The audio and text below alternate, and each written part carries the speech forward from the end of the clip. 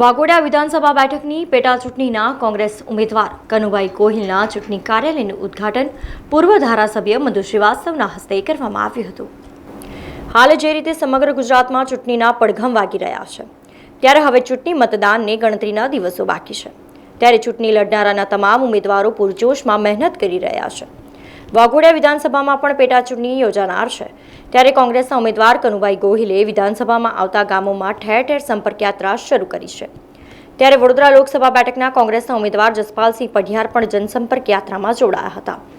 આજે કુમેઠા, ભણિયારા, રાવણપુરા, સિંગાપુરા, મછલીપુરા, પાલડી, આસોજ તેમજ આસપાસના અન્ય ગામોમાં તેઓએ જનસંપર્ક યાત્રા કરી હતી। આ સાથે જ જરોદ ખાતે નવીન ચૂંટણી કાર્યાલયનું ઉદ્ઘાટન પૂર્વ ધારાસભ્ય મધુ શ્રીવાસ્તવના હસ્તે કરવામાં આવ્યું હતું। આ ઉદ્ઘાટન સમયે પૂર્વ ધારાસભ્ય મધુ શ્રીવાસ્તવના પુત્રી નીલમ શ્રીવાસ્તવ તેમજ કોંગ્રેસના આગેવાનો અને કાર્યકરો મોટી સંખ્યામાં ઉપસ્થિત રહ્યા હતા। અત્રે ઉલ્લેખનીય છે કે તાજેતરમાં જ વાઘોડિયા વિધાનસભા પેટા ચૂંટણીમાં મધુ શ્રીવાસ્તવે તેમની અપક્ષ ઉમેદવારી પરત ખેંચી કોંગ્રેસના ઉમેદવાર કનુભાઈ ગોહિલને સમર્થન જાહેર કર્યું હતું। વાઘોડિયા વિધાનસભાના ઉમેદવાર અમારા મુરબ્બી કનુભાઈ, સંસદના યશપાલસિંહ પેલપા આજે અમને કાલે ફેરી કરી અનગઢ ભણી, તે ઓછામાં ઓછું 150 માણસ હતું। આજે તમને અહીં આગળ હું વિશ્વાસ આપું છું કે મારા વડોદરા તાલુકામાં વધારેમાં વધારે મત અમે કોંગ્રેસના ઉમેદવારને અપાવી સંસદમાં બંનેમાં અને અમે એને વિજય બનાવીશું। અમે અનગઢના એવા લોકો છે કે અંગ્રેજોને નહાડી મેલ્યા હતા, અંગ્રેજો અમે લડ્યા હતા અમે, તો આજે અમને લડીએ એવું કહેવું તમારું? આજે અમારો અનગઢ એનું એ જ છે, હક બંધ છે અને અનગઢ આખું કનુભાઈ જોડે છે। એમાં નંદેસી, દોવાપુરા, રણિયાપુરા, રૂપાપુરા, ધનોરા, રોમપુરા, કોયલી, બાજવા આ બધા વડોદરા તાલુકાના તમામ ગામ અમારી સાથે છે અને વાઘોડિયાના તાલુકાનો ગામ બધા મધુભાઈ સાથે છે, એટલો અમને ચોક્કસ વિશ્વાસ છે અને અમે અપા ફેરી કરીએ છીએ। આ છેલ્લો અમારો અપા ફેરીની છે, એટલે અમે બહુમતી કનુભાઈ અને જસપાલસિંહને જીતાડીશું એવો અમે વિશ્વાસ આપીએ જી। આજે વાઘોડિયા મત વિસ્તારમાં વિધાનસભાની પણ ચૂંટણી જે રીતે 1 વર્ષ 1.5 વર્ષ પહેલાં આ જ વિસ્તારના મત વિસ્તારના લોકોએ જેને જન આશીર્વાદ આપ્યા, પરંતુ જે રીતની નીતિ રહી આજે વાઘોડિયા વિધાનસભાની જનતાએ જે વિશ્વાસ મૂક્યો એ વાઘોડિયા વિધાનસભાની જનતાનો વિશ્વાસ ખંડિત થયો અને વાઘોડિયા વિધાનસભાની જનતા માટે આજે ફરી એક લોકશાહીનું પર્વ આવ્યું છે। ત્યારે વાઘોડિયા વિધાનસભાની જનતાના આંગણે પણ લોકસભાની ચૂંટણી સાથે સાથે વિધાનસભામાં પોતાનો પ્રતિનિધિ ચૂંટવાનો એક મોકો આવ્યો છે। ત્યારે આજે અહીંયા કાર્યાલયના મધુભાઈ શ્રીવાસ્તવ પૂર્વ ધારાસભ્યશ્રીના હસ્તે કાર્યાલયનું ઓપનિંગ થયું છે, ઉદ્ઘાટન થયું છે। ત્યારે વાઘોડિયાની જનતાને ખાસ કરીને એક નિવેદન છે, કહેવા માગું છું કે જ્યારે આપે જનમત 5 વર્ષ માટે આપ્યો હતો, પરંતુ વચ્ચે 1 વર્ષ ઉપરાંતના સમયમાં આપનો જનમત ખંડિત થવા પામ્યો છે। ત્યારે આપ બધા 1 વર્ષનો આપને બધાને અનુભવ વાઘોડિયાની જનતાને, વાઘોડિયા તાલુકાની જનતાને અને વડોદરા ગ્રામ્યની જનતાને પણ અનુભવ થયો હશે।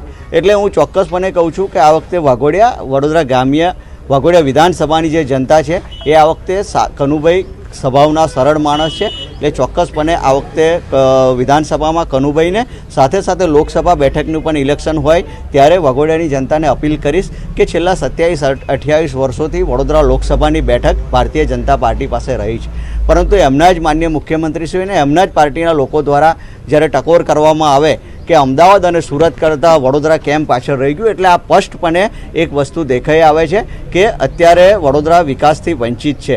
તો જેવી રીતે વડોદરાની જનતાએ જન આશીર્વાદ આટલા વર્ષો સુધી આપ્યા પણ કામ ન થયા, એના ભાગરૂપે વડોદરાની જનતાને કહેવા માગું છું કે જો એક તક આપ બધા આપશો તો ચોક્કસપણે આપ વતીની લડાઈ હું ત્યાં આંગળી ઊંચી કરવા નહીં જાઉં, પરંતુ આપનો અવાજ બનીને જઈશ ને વડોદરાની જનતાના જે કામો નથી થયા એના માટે લડાઈ લડીશ ને કામો લાવીશ।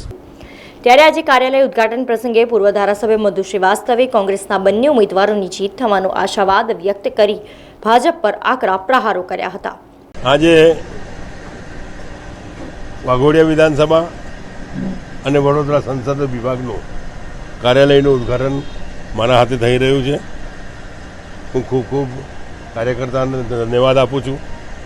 સાથે સાથે આજના પરિસ્થિતિ પ્રમાણે વાઘોડિયાના અંદર 30 વર્ષ સુધી ધારાસભ્ય રહીને મેં જે વિકાસના કામો કર્યા છે, રોડના કામ હશે, ઉદ્યોગના કામ હશે, વીજળીના કામો હશે, જે કંઈ બી કાર્ય કર્યા છે 30 વર્ષના દરમિયાનના અંદર, અને એક તો જે બી કે વાઘોડિયાના નાગરિકોને વાઘોડિયાના ઉદ્યોગવાળાને બી એક વખત મિટિંગના બી ચેલેન્જ આપેલી હતી કે હવે એના પછી એક ખીલ બી તોડે તો નહીં તોડવા દઉં તો નહીં તોડવા દીધેલું. બિલ્ડિંગો તોડી હશે પહેલાં, પછી બિલ્ડિંગ નહીં તોડવા દીધી. કારણ જે કાર્ય કરવાના એ કાર્ય કરતો આવ્યો છું. આજે કોંગ્રેસને બિનશરતી ટેકો આપ્યો છે, કોંગ્રેસના સંસદ સભ્યને ટેકો આપ્યો છે, કોંગ્રેસના ધારાસભ્ય તરીકે કનુભાઈ છે એમને ટેકો મેં આપ્યો છે, ધારાસભ્ય તરીકે બી ચૂંટાઈ જશે. અને સંસદ સભ્ય જસપાલસિંહ છે એમને શહેરમાં કે જે 6 વર્ષ 30 વર્ષ સુધી ધારાસભ્ય રહ્યો અને શહેરમાં બી નિસ્વાર્થ લોકોના નાત જાત ભેદભાવ વગર કામ કર્યા છે. એના આધારે બી મારા કામો, મારા મોટાભાઈ ચંદ્રકાંત શ્રીવાસ્તવના કામો, એ કામોના આધારે જસપાલસિંહને બી સારા વોટ મળશે, એ બી જીતશે. બેઉ જ ધારાસભ્ય અને સંસદ સભ્ય જીતશે અને જીતીને જે વિકાસના કાર્ય બાકી છે એ કામ કરવાના ખાતરી હું આપું છું કે એમના પાસેથી વિકાસના કામો લાવીશ, જસપાલ પાસેથી ગ્રાન્ટ લાવીશ. કનુભાઈને કહીશ કે ચાલો વિધાનસભામાં હું કહું છું આ રજૂઆત કરો, આ કામ કરશો. એ કામ કરવા માટેના એના માટે સાથ સહકાર આપી રહ્યો છું. એટલા માટે સાથ આપું છું કે હું અપક્ષ તરીકે ચૂંટાયો હતો વાઘોડિયાની અંદર. ભારતીય જનતા પાર્ટીએ મને બોલાવીને ટિકિટ આપેલી, મેં ભારતીય જનતા પાર્ટીમાં ગયો નહીં અને ભારતીય જનતા પાર્ટીને હું ત્યાગ આપી દીધો છે. એને શાના માટે આપ્યું છે?